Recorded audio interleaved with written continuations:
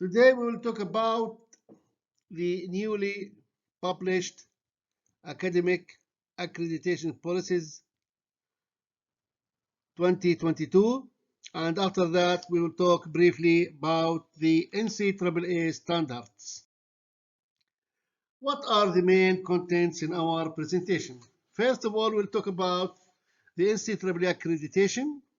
After that, we will define the NCAA. We will talk about the NCAA responsibilities.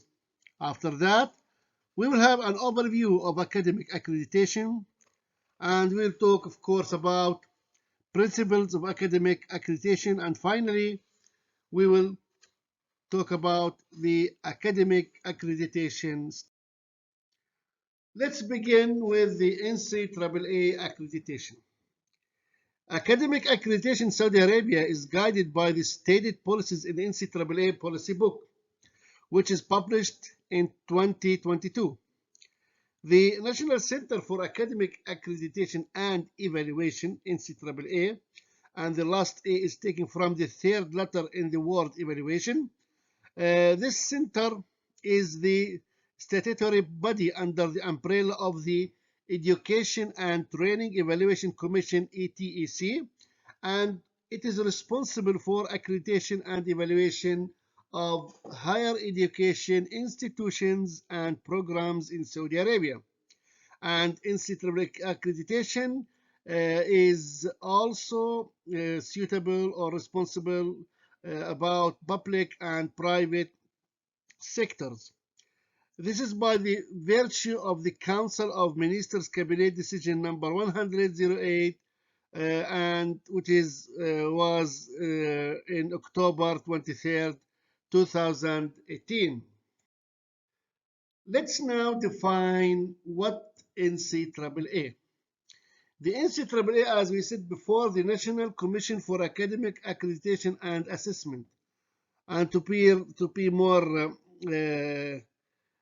precisely, the National Commission for Academic Accreditation and Evaluation, which is established by the Higher Council of Education in 2004 by Royal Decree number 6024 on April 12, 2003, and the Commission was recognized as an administratively and financially independent corporate body responsible for quality assurance and academic accreditation affairs in post-secondary education. Also, NCAA aims to develop the quality of both public and private post-secondary education under the Supreme Council of Higher Education Supervision. Afterward, the supervising entity was modified to be the Supreme Council of Education according to the Royal Decree number 55759. Now let's talk about the main NCAA responsibilities. We have here 6 main NCAA responsibilities, and the first one is development and implementation of academic accreditation standards and processes, because the center has a statutory obligation to ensure that all accreditation standards are achieved through its accreditation processes. And the second responsibility is accreditation of foreign institutions and programs offered in Saudi Arabia or offered abroad and seeking accreditation.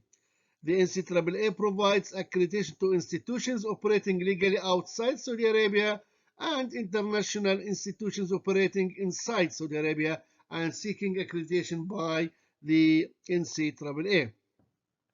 The third responsibility is monitoring higher education performance data in Saudi Arabia.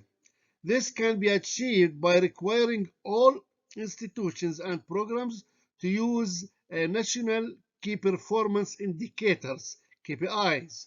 The NCAA will, in the future, of course, will provide national performance database that institutions and programs can use for benchmarking purposes to inform internal and external accountability demands and decision making. The fourth NCAA responsibility is conducting evaluation studies for institutions and programs in Saudi Arabia. The center conducts, in collaboration with stakeholders, studies in its field of specialization to improve academic and professional performance in the institutions and programs.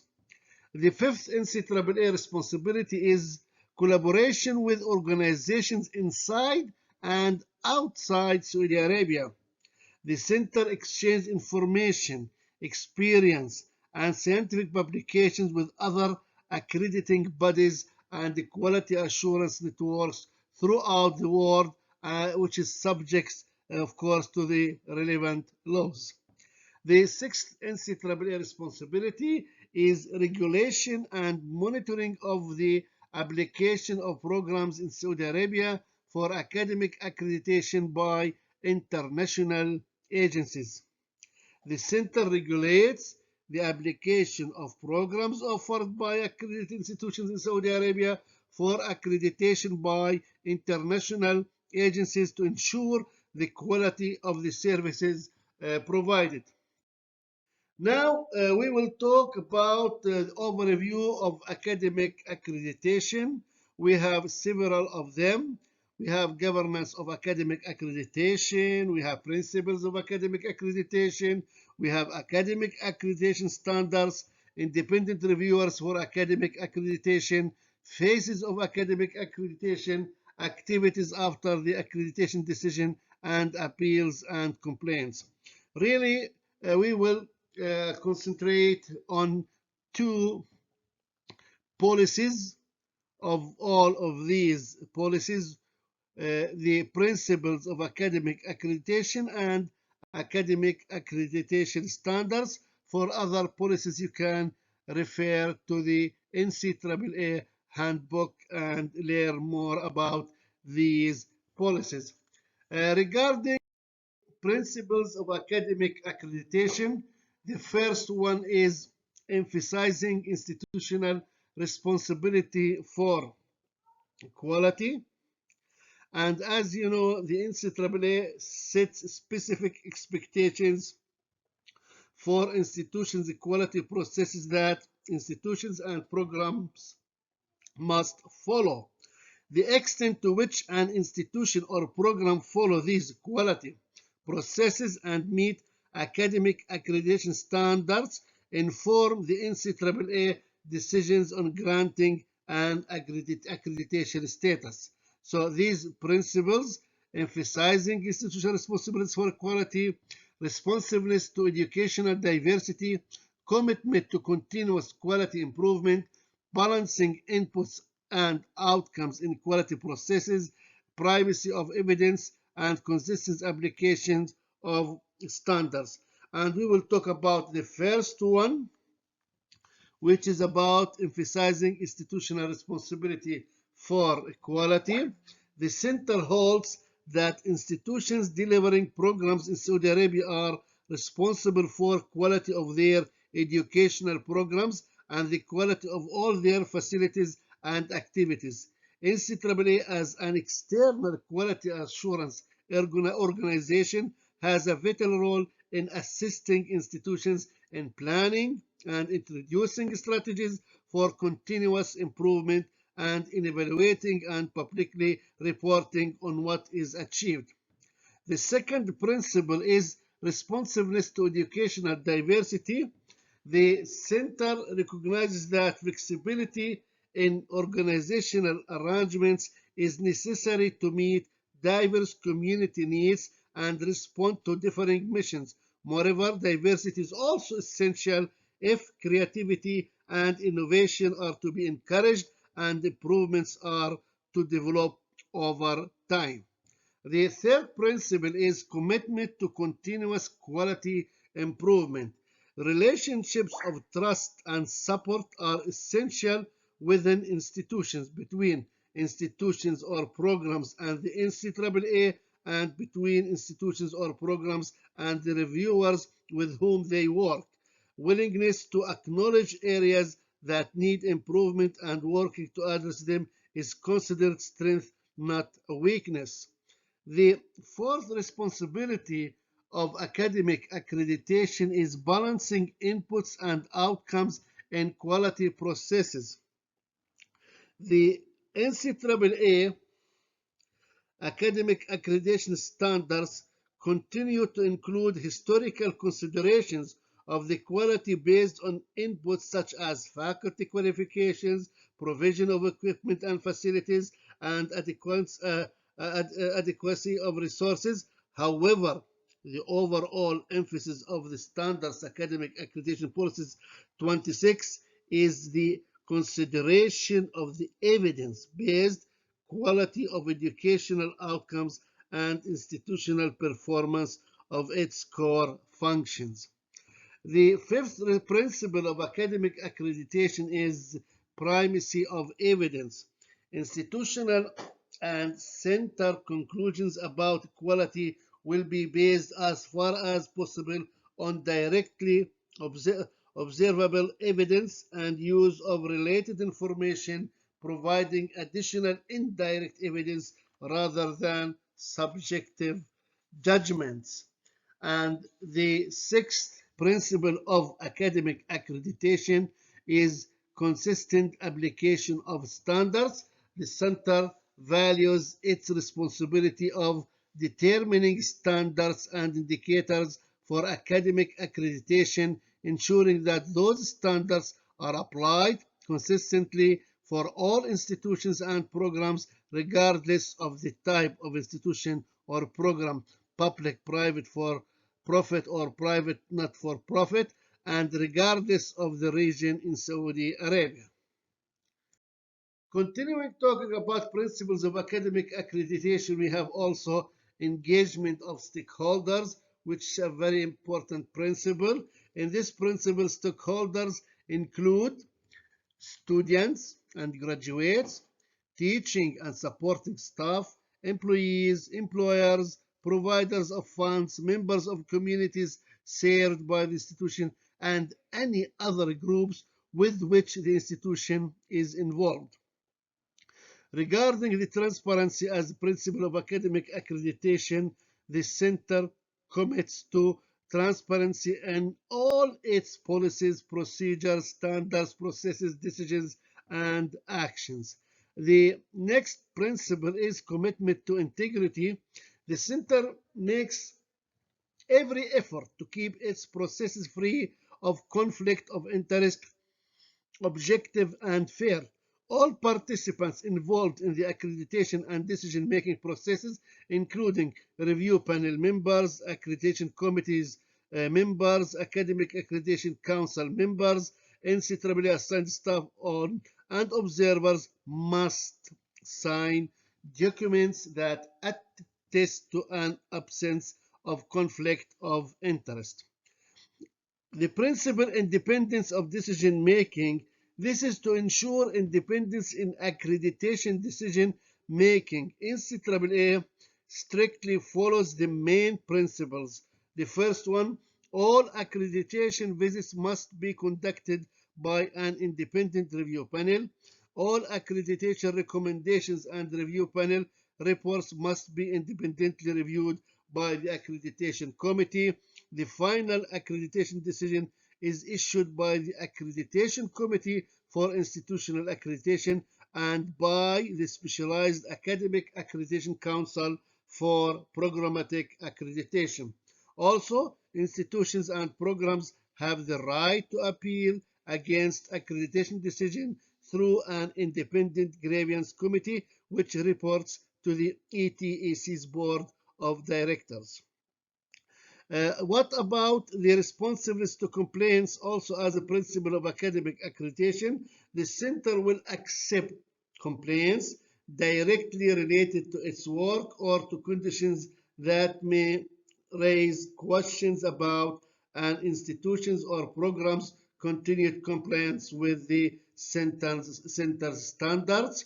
And finally, or the last principle of academic accreditation, which is accreditation by foreign providers, the NCAA will not intervene in the autonomy or accountability of an institution or program. However, it does respond to requests for approval or concurrence from foreign providers to accredited programs within Saudi Arabia. As you know, there are academic accreditation standards that they are the key criteria that should be followed, implemented, reviewed, measured, and improved by the program or the institution.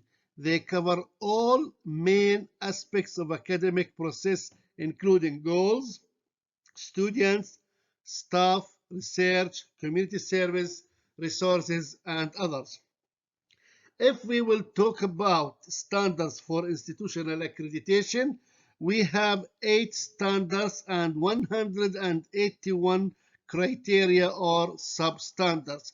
The 8 criteria are mission goals and strategic planning, uh, governance, leadership and management, teaching and learning, students, faculty and staff, institutional resources, scientific research and innovation, and the 8th standard is community partnership. As you know, as you see, sorry, for every standard there are number of criteria or substandards. For example, if we see that the teaching and learning standard contains 40 criteria, and as you know, some of the criteria, they are essential criteria that should be evaluated by 3 stars and above.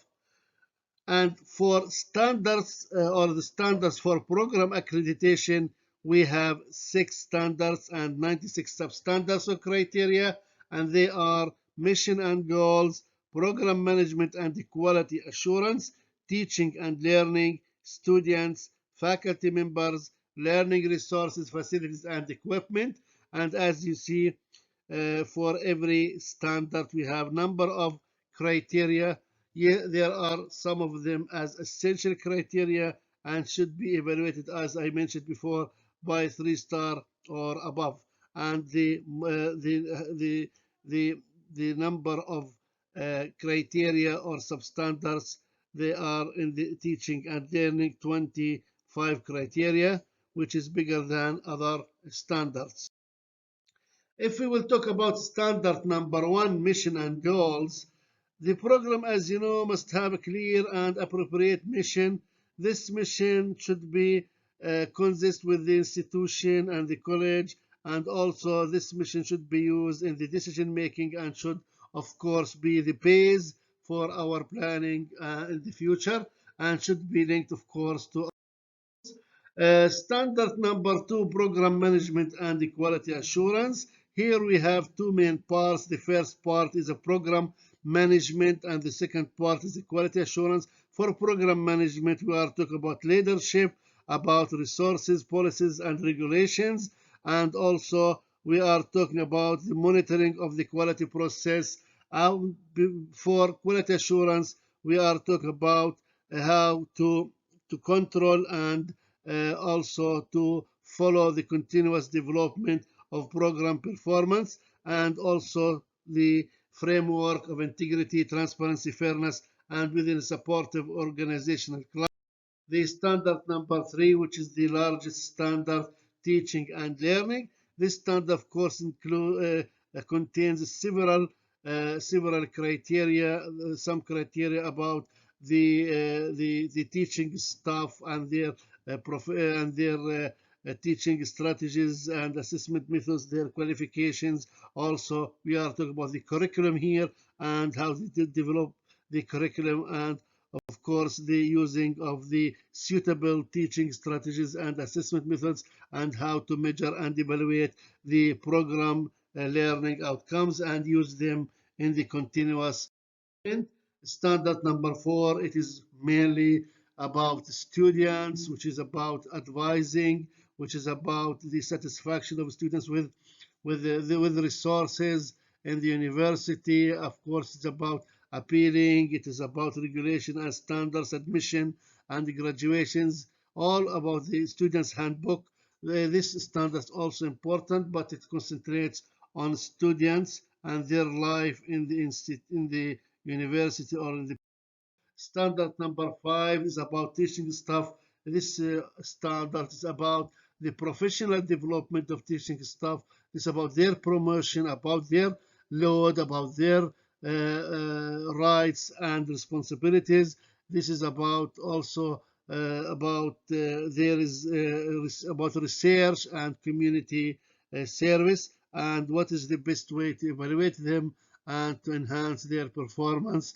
This is important also. Standard, as you know, standard number 6 is about learning resources, facilities, and equipment. And in this standards, you have to show your classrooms, infrastructure, extracurricular activities, and other things related to the safety, to the labs, to the manuals, to the maintenance, to the technicians, and other things.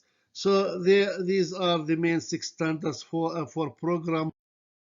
Thank you very much for listening. If you want or you need more information about the NCAA standards, accreditation, forms, policies, you can go directly to this link to the etc.gov.sa English or Arabic, and you can find all information that you need. And this is so. See you next time, inshallah.